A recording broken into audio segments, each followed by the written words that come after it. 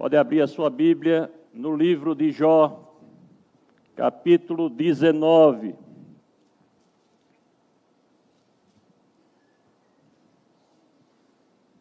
Livro de Jó, capítulo 19, verso 25. Jó 19, 25 diz assim: todos acharam? Porque eu sei que o meu Redentor... Muito bem, você vai repetir isso aí comigo, mas bem forte, querido, com fé no teu coração, com toda a tua alma você vai dizer isso.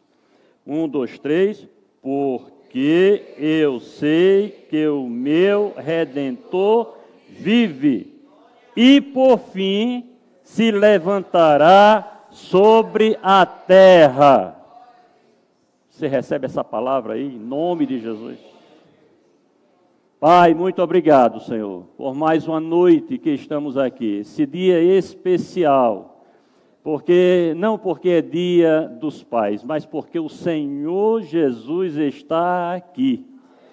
Nós queremos, Pai, te louvar e te adorar, bendizer o teu nome sempre, e queremos que o Senhor esteja aqui em primeiro lugar, que o Senhor seja o centro de todas as atenções, porque o Senhor Jesus é quem é o merecedor de toda honra, de toda glória e de todo louvor. Usa a minha vida, Senhor, apenas como mensageiro teu. Eu quero apenas transmitir nesta noite aquilo que o Senhor tem para a tua igreja, porque o Senhor conhece cada necessidade dos nossos irmãos que estão aqui, inclusive as minhas necessidades, o Senhor conhece.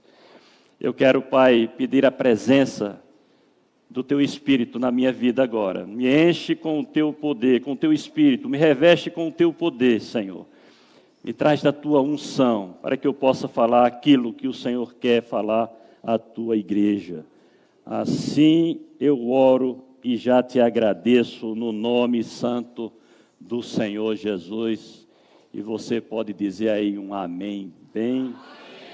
Glória a Deus. Pode sentar, queridos. Pode sentar.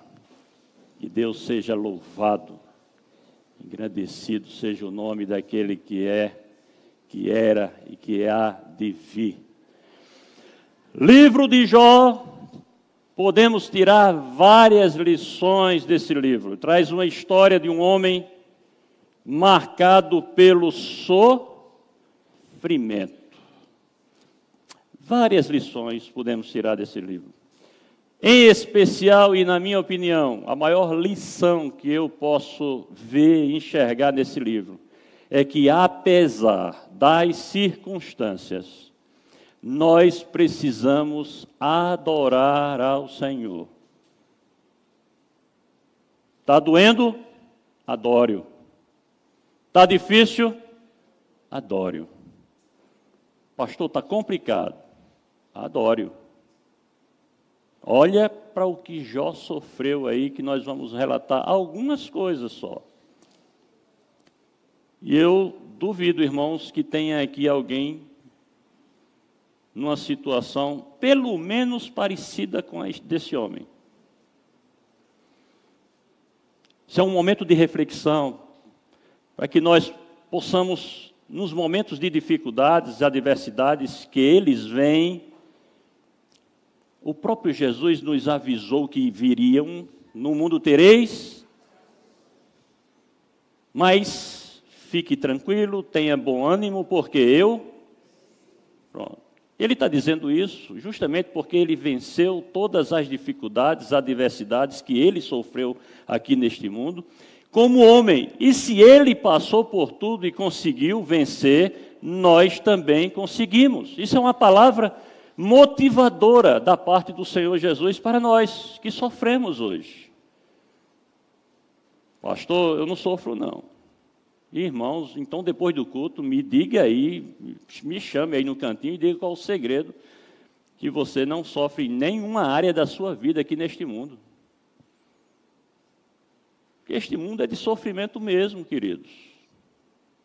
Agora, nós podemos contar com o Senhor que nos traz consolo, conforto, que nos livra do mal, que está conosco passando no deserto. Sim ou não, igreja? Ele está conosco. Então, se nós olharmos para o versículo que nós lemos, e vamos ficar só nesse versículo, depois, não feche sua Bíblia, depois nós vamos usar a Bíblia para ler outros textos dentro do livro de Jó, mas nós vemos que, no momento mais difícil da vida de Jó, ele se levantou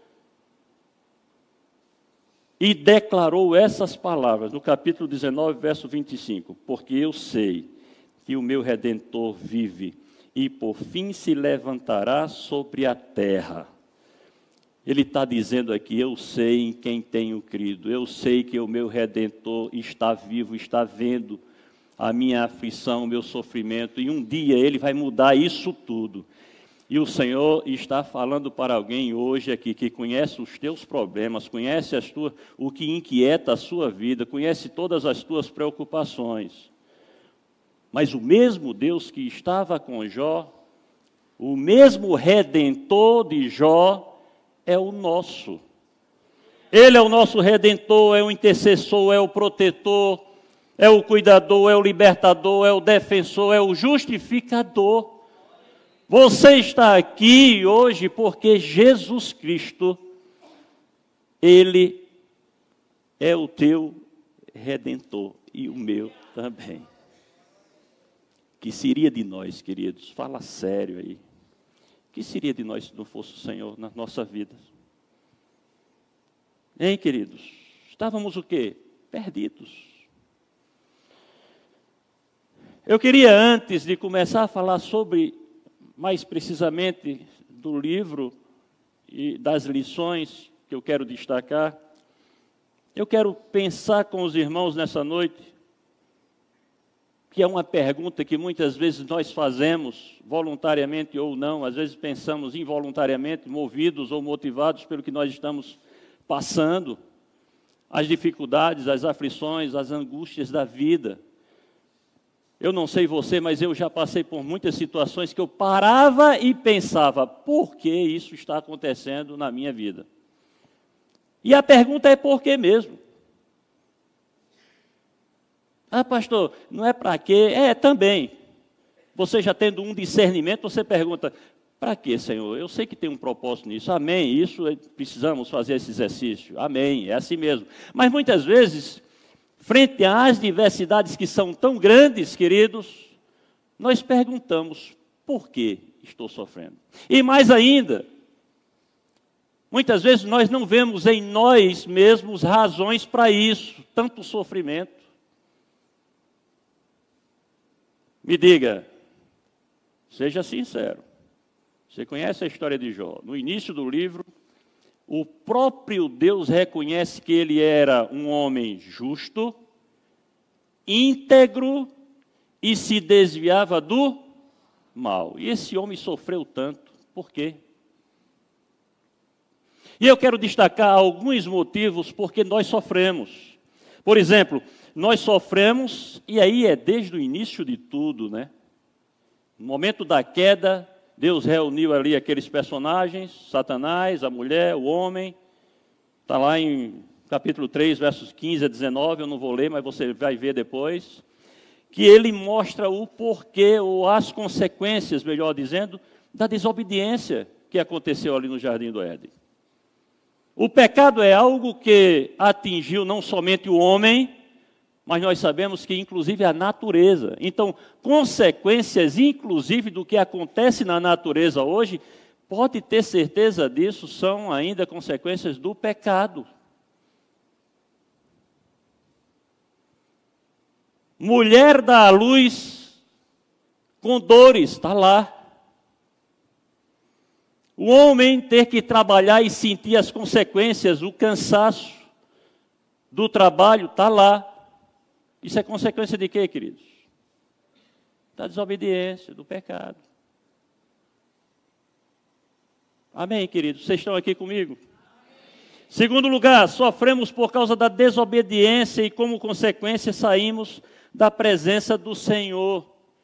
Quantas vezes, irmãos, o Senhor fala claramente ao coração, ao nosso coração, algo e nós desobedecemos de uma forma consciente, só porque achamos que não é assim. Quem é eu, ou quem sou eu, melhor falando, quem sou eu e quem é você para achar alguma coisa em relação ao que Deus acha na tua vida?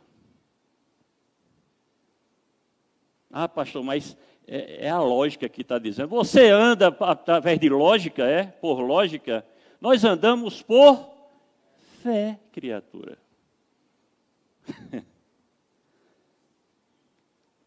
Exemplo, pastor, aí na Bíblia. Sim, exemplo na Bíblia, vamos lá. Jonas. Jonas achou que não deveria ir para onde o Senhor tinha mandado ele ir, porque ele achou que aquele povo não merecia a misericórdia do Senhor. Foi assim ou não? Consequências disso? Foi engolido por um peixe. Só responde para você mesmo. Você quer ser engolido por um peixe?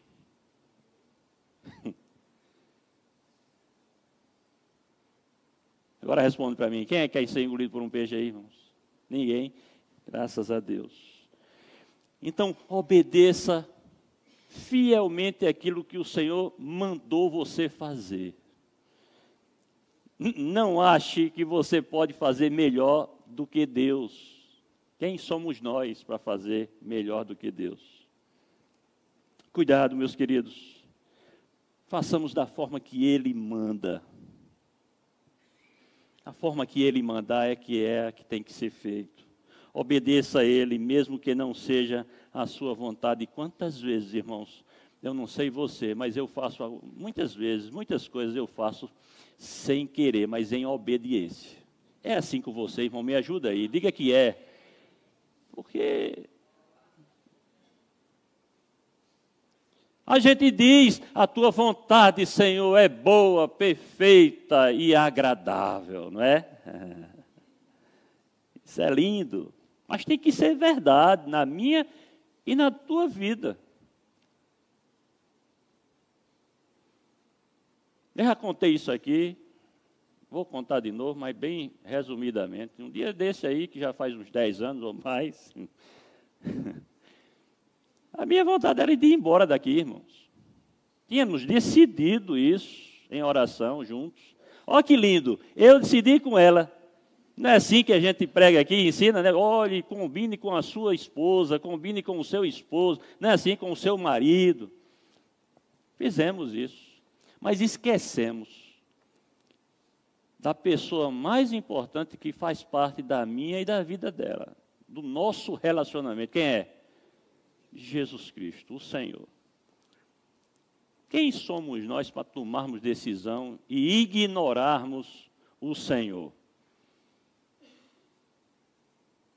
E aí o Senhor teve misericórdia, porque eu tenho certeza, se eu tivesse ido, tinha dado tudo errado, porque eu estava fora dos planos do Senhor para a minha vida e da dela. Aí ele teve misericórdia e disse assim, não, queridão, vem cá, olha, eu tenho alguma coisa para você aí em Recife ainda. Não vá não. Agora, uma pergunta, me responda, eu poderia ter desobedecido? Sim. Eu poderia ter ignorado? Não, eu vou, Senhor, eu vou. Agora, as consequências, íamos sofrer as consequências juntos. Os irmãos estão entendendo? Terceiro, sofremos por não consultarmos ao Senhor sobre os nossos projetos, os nossos planos.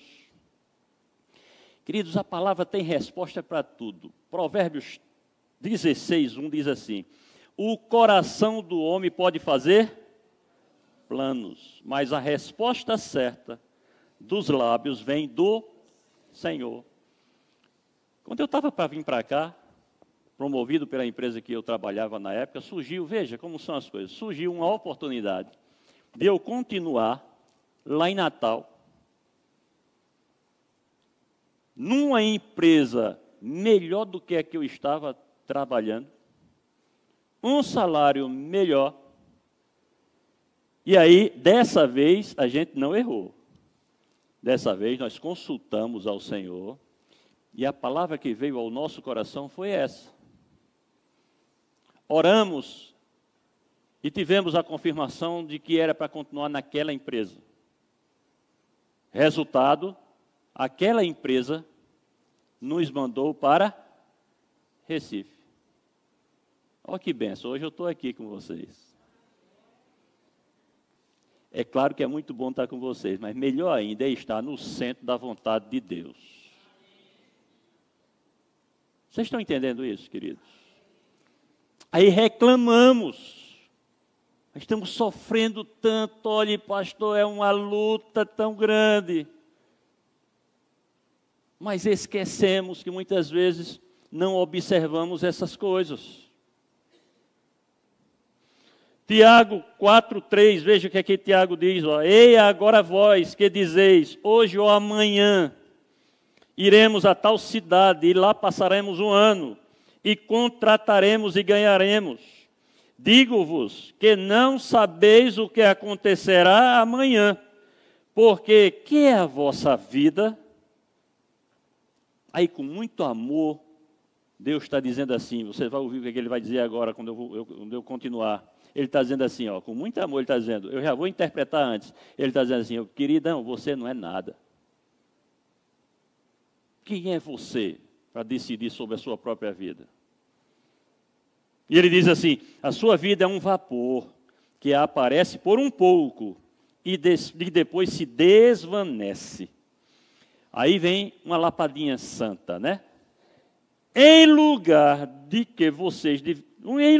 que devias dizer, se o Senhor quiser, e se vivermos, faremos isto ou aquilo. Pastor, isso vale para tudo? Sim, queridos, pode ter a certeza, vale para tudo. Todas as áreas da sua vida. Quantos solteiros tem aqui? Levanta a mão. Solteiro, está todo mundo casado? Tem alguns solteiros aí. Jovens, amém, amém. Isso serve na sua oração para você arrumar um namorado, um noivo ou uma noiva para se casar. E que seja um casamento segundo a vontade e o desejo do Senhor para a tua vida. Por quê? Porque você só enxerga o que está aparente. O Senhor enxerga o coração. Amém, queridos? Serve para todas as áreas. Pastor, eu estou pensando seriamente em mudar de emprego. Coloca isso nos pés do Senhor. Não tome decisão baseado na emoção ou no que você pensa. Tome baseado naquilo que Deus colocar no teu coração. E tenha certeza que é Ele que está falando ao seu coração. Se nós olharmos para o Antigo Testamento, nós podemos ver sucesso e insucesso de homens de Deus. Quando consultavam ou não consultavam ao Senhor sobre o que iam fazer em determinadas situações. Isso é muito claro, a gente olhando para a vida de Davi, o rei Davi.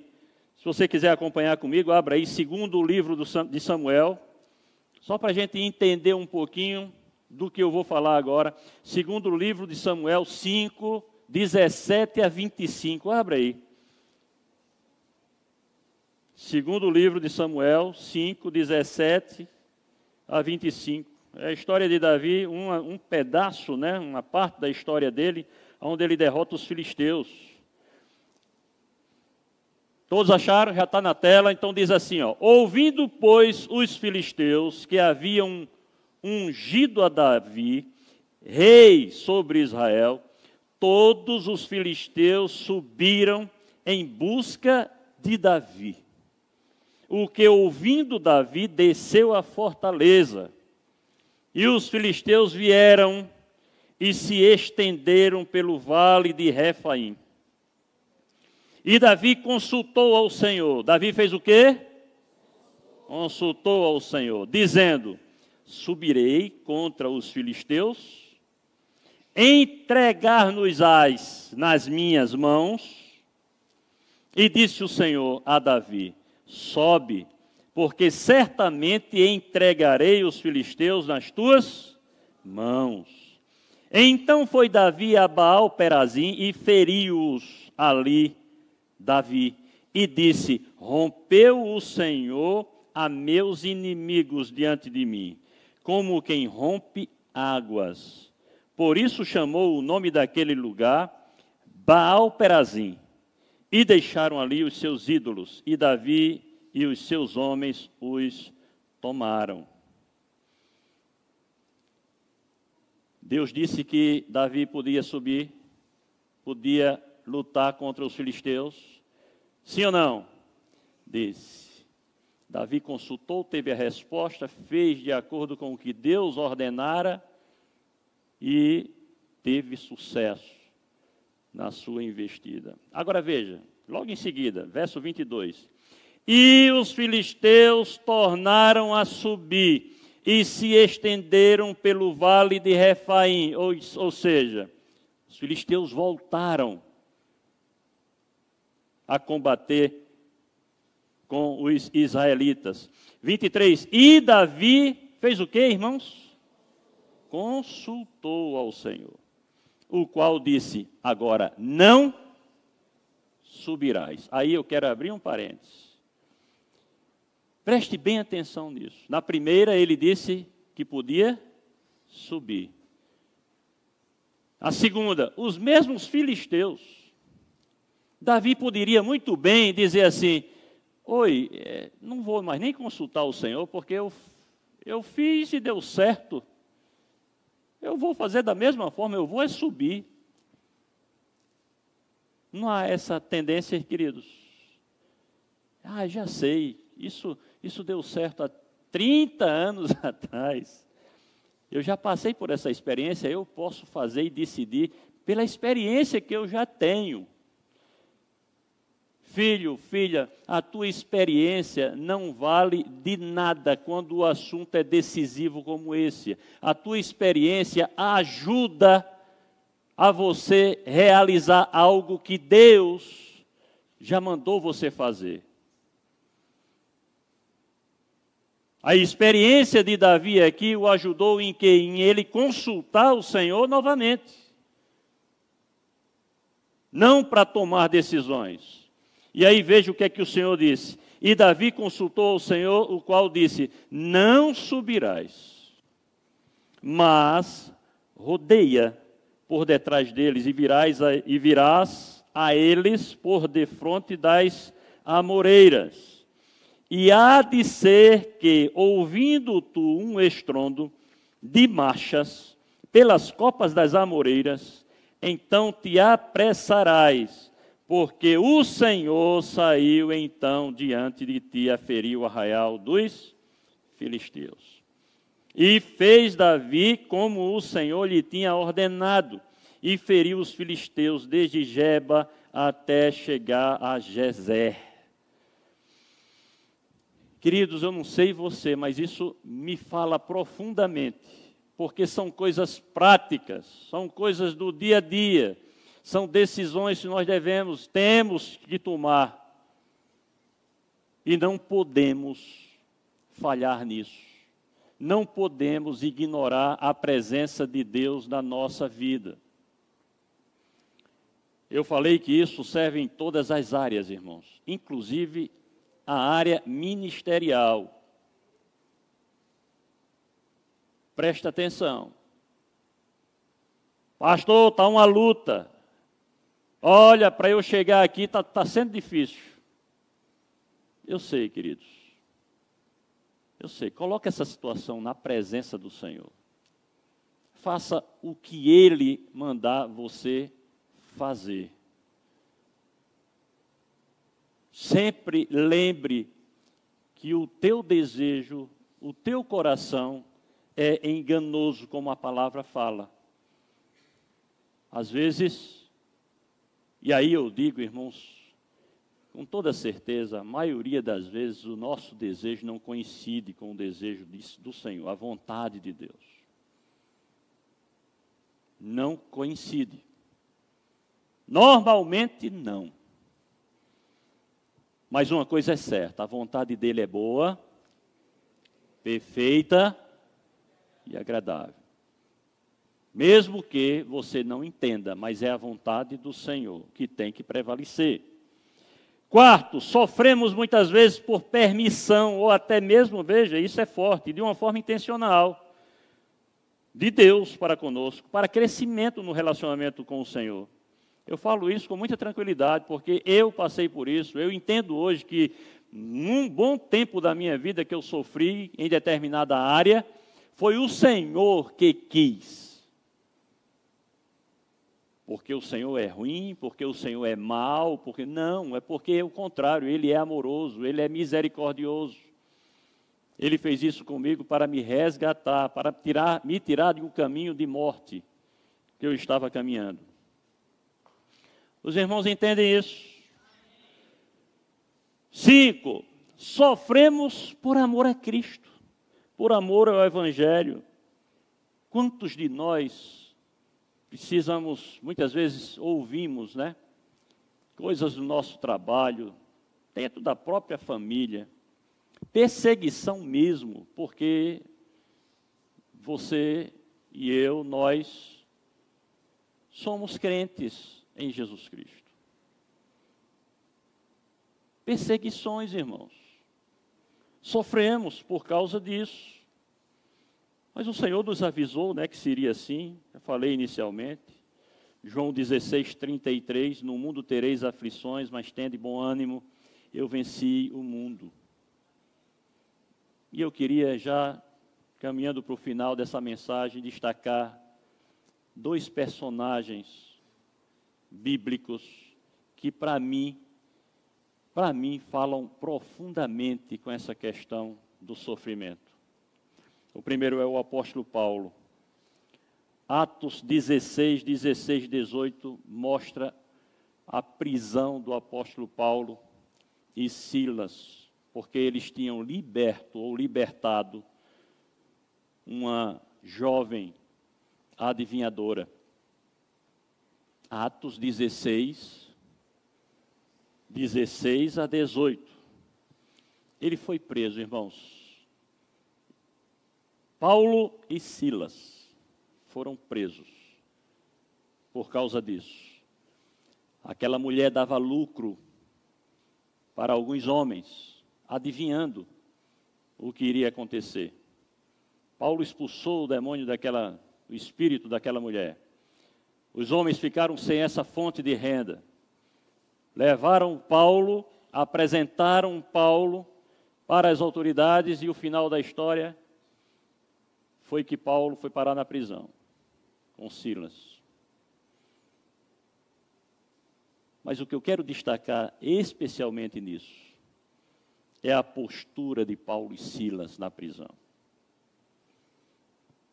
Diz a palavra que, vamos abrir aí, Atos 16, alguns já abriram, né?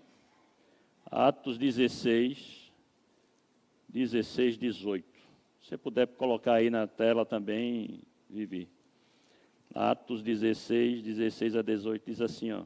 Aconteceu que, indo nós para o lugar de oração, nos saiu ao encontro uma jovem possessa de espírito adivinhador, a qual, adivinhando, dava grande lucro aos seus senhores. Seguindo a Paulo e a nós, clamava, dizendo, estes homens são servos do Deus Altíssimo, e vos anunciam o caminho da salvação. Olha, que coisa! Essa mulher estava falando mentira? Não. Paulo era um homem de Deus, Silas também. Estavam anunciando sim a salvação.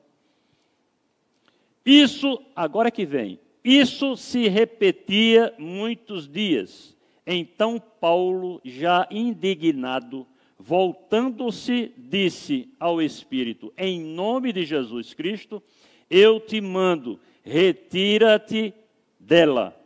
E ele, na mesma hora, saiu.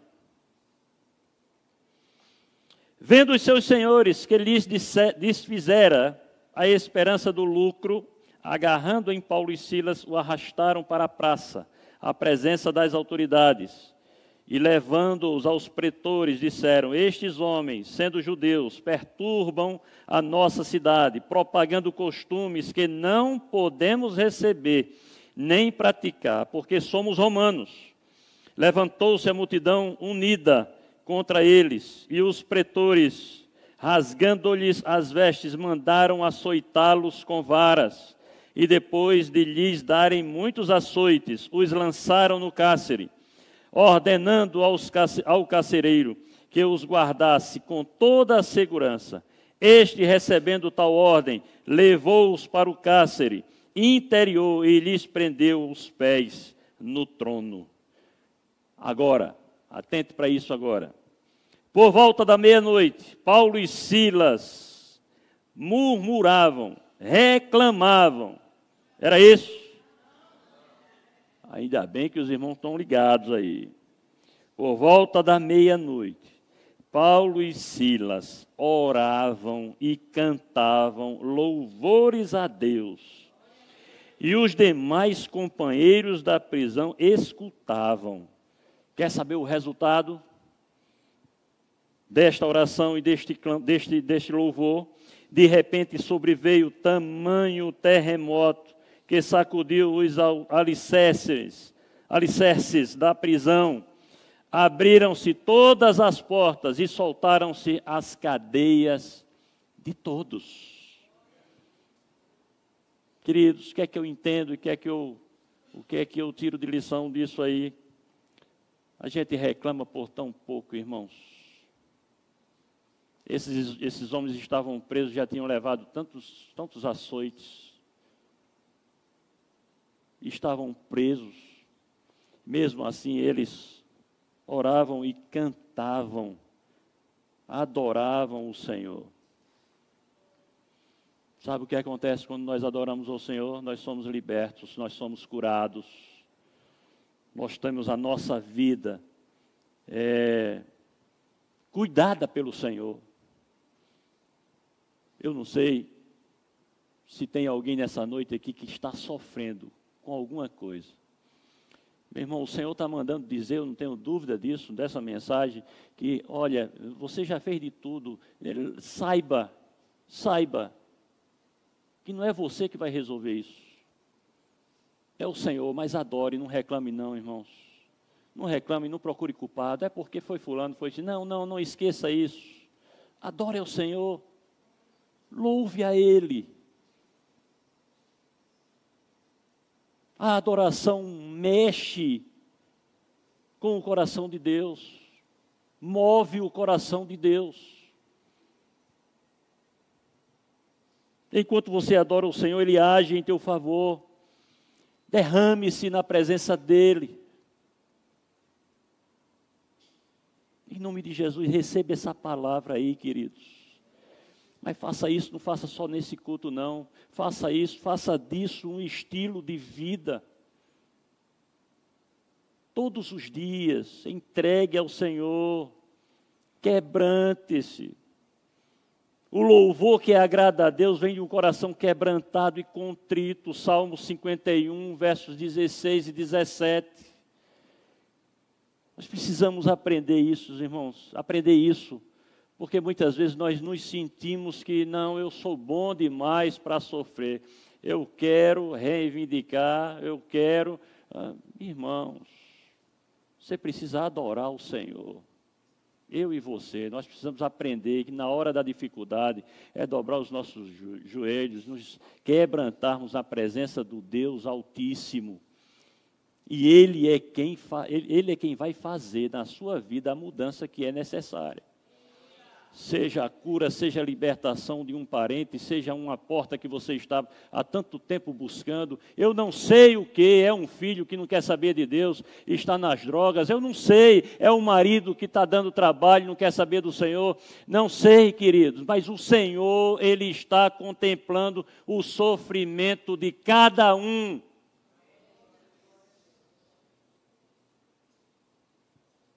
Salmo 100, verso 1 a 3 diz assim, ó: celebrai com alegria ao Senhor todos os moradores da terra, servi ao Senhor com alegria e apresentai-vos a Ele com cântico.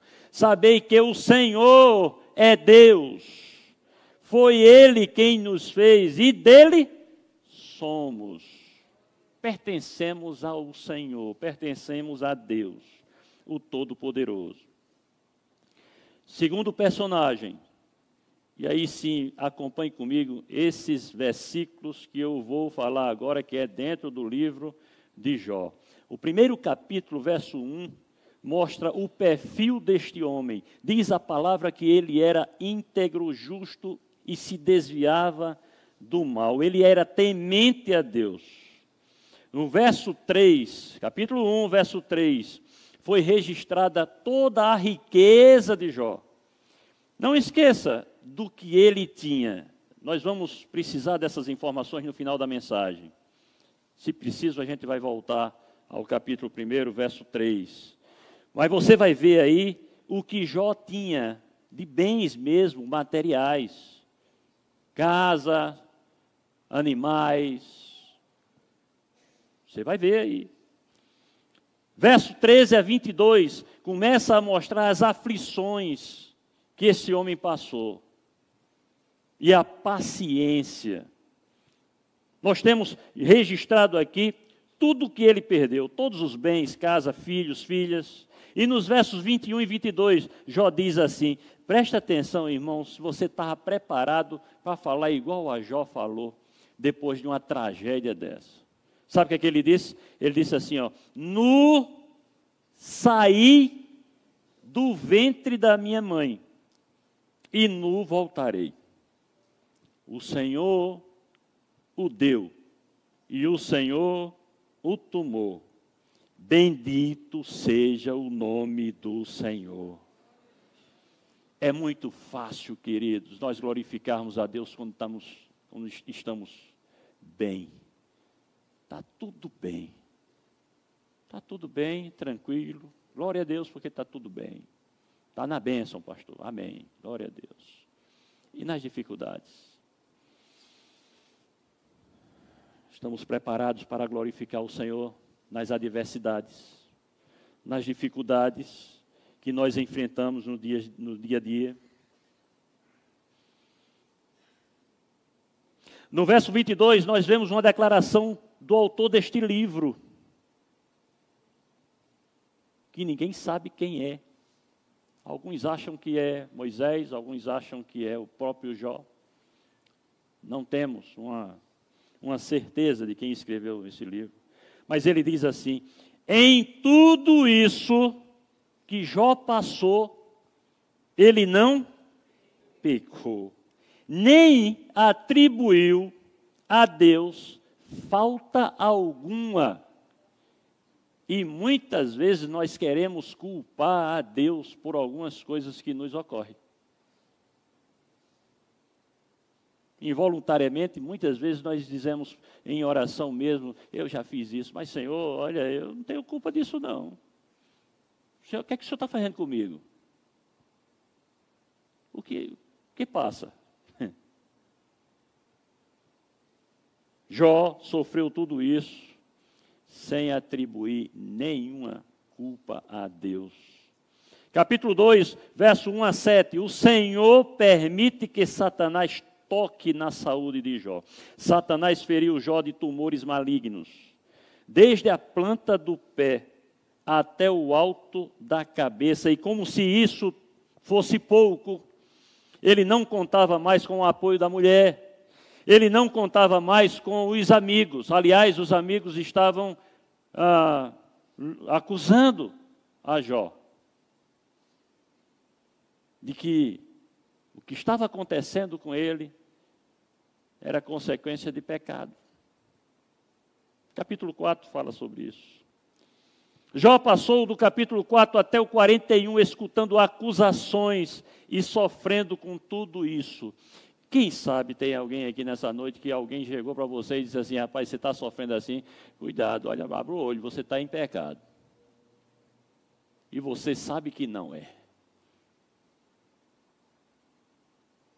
Isso dói, irmãos. No capítulo 19, verso 25, o texto que nós lemos, ele faz uma declaração no meio do sofrimento, para um dos amigos, inclusive, que estavam acusando ele. Ele diz: eu sei que o meu Redentor vive, e por fim se levantará sobre a terra. Até que no capítulo 42, Jó faz uma declaração extraordinária. Na verdade, ele se coloca na presença de Deus com adoração e humildade.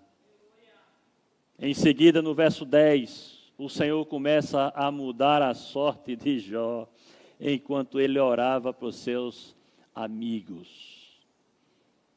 A gente pode tirar uma lição disso também, queridos. Você pode dizer assim: pastor, orar por amigos, amigos dessa qualidade.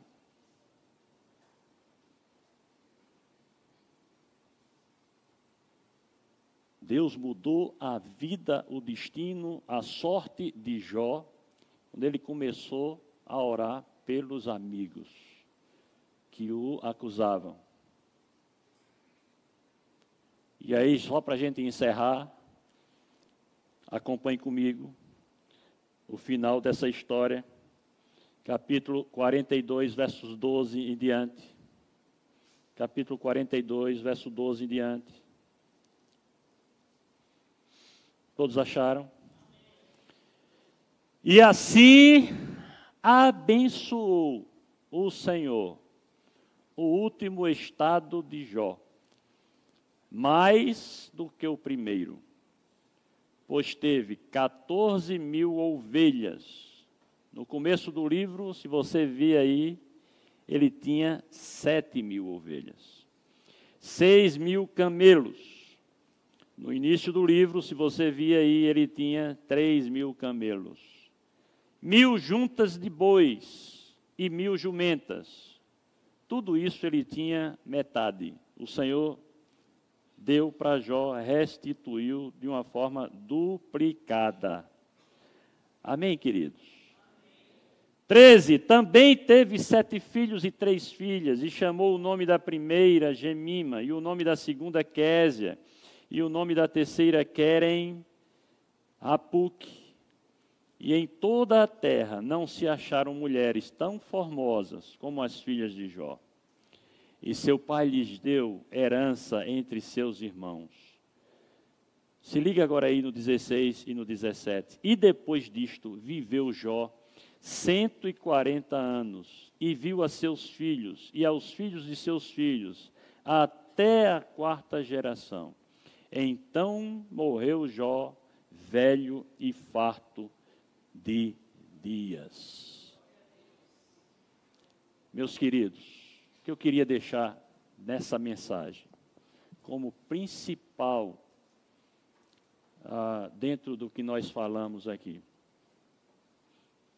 é o que eu disse no início. Apesar das circunstâncias, apesar das dificuldades que nós passamos, nós devemos permanecer fiéis. Devemos permanecer na fé. Dizendo igualmente, Jó disse, eu sei que o meu Redentor vive. Na esperança de que um dia, esperança concreta, de que um dia o Senhor mudará a nossa sorte.